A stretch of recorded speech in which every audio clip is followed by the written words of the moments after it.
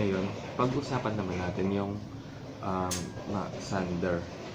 Yung palm sander lang in general kasi iba yung laging ginagamit ng mga DIYers. Pambahay lang. Mga hobbyist. Ganyan. Ito ang kadalasang pinapipilian nila. Ito, finishing sander. Tsaka ito, random orbital sander. Anong pinag-aiba nila? Siyempre sa umpisa. Ito, bilog. Tapos ito, square. Yan. Pero, para sila tinatawag na palm sander. Ito lang, finishing random orbital sander. Ito, ang ikot nito, ganun lang. Yun lang yung way niya. Ganyan. Tapos, parang gumaganon-ganon lang siya.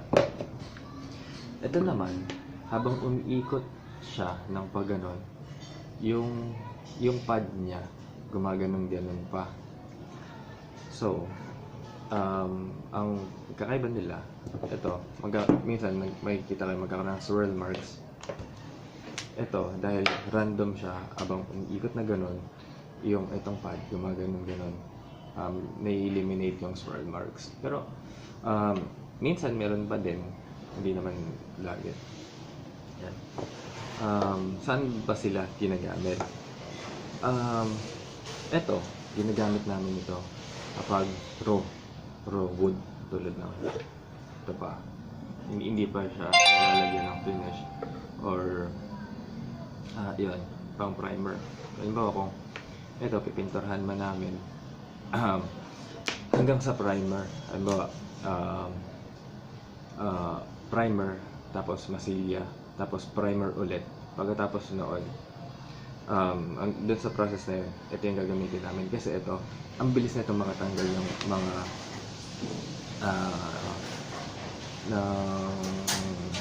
nung primer, nung masilya.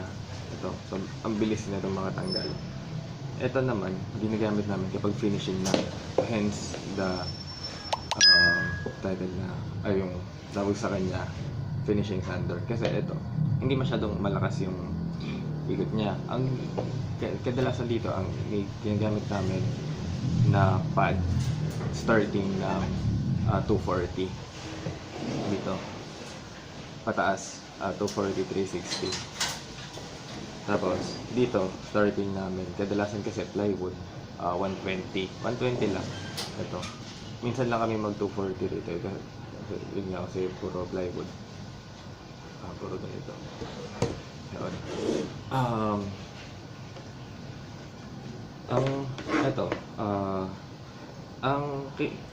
Maganda siya kung meron kayo ng dalawa. Kasi, ito, itong bilog. So, magsasan ka dito sa corner, hindi abot kasi nga curve siya. Kapag hindi abot, pwede mo siyang kamayin or pwede rin ito yung gamitin mo kapag halimbawa nakamasilya yan, pwedeng ito yung gamitin mo kasulok. Yan yung isa sa limitation nito. Ito, itong model na to, JX125, meron siyang dust collector, tas meron din siyang suction sa ilalim. Kaso, itong pad na nabibili namin, wala siyang butas. So, hindi ko na kinakabit. At tapos ito, meron din itong speed control. Ito. Speed control. Kadalasan lang naman ang ginagamit namin ito is pang rough sanding. So, kadalasan nasa number 5 or 6. Kung gagamitin man namin siya pang finishing, pwede mo siya ibaba ng mga 4, mga ganun. Pang wet sand, mga 4 and 3. Pang wet sand, kaso kailangan mataas na nag-grit. More or less, mag-start ka ng 320, 600, 800, to 1,000. Kung gusto mo, ito yung gamitin mo. Yes, ito, starting gamit ng 240, tapos 360, tapos pang wet sand, pwede rin mga 600, 800, ganun din, pwede.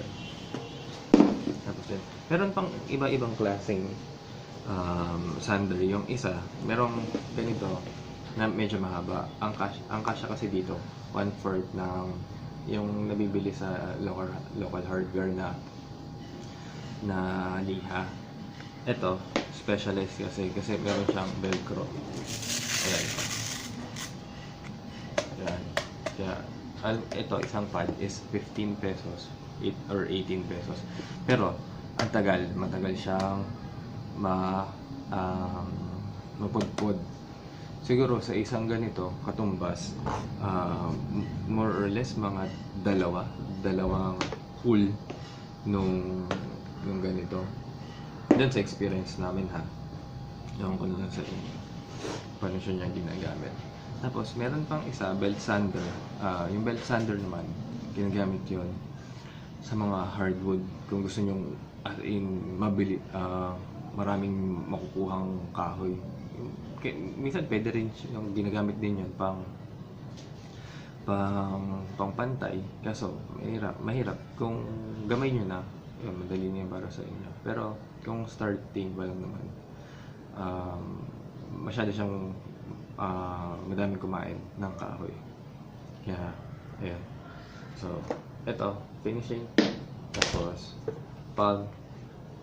random orbital sander. Maganda ito gamit kapag raw, tsaka hanggang primer. Tapos kapag naging finish na, lalagyan nyo na siya ng coat.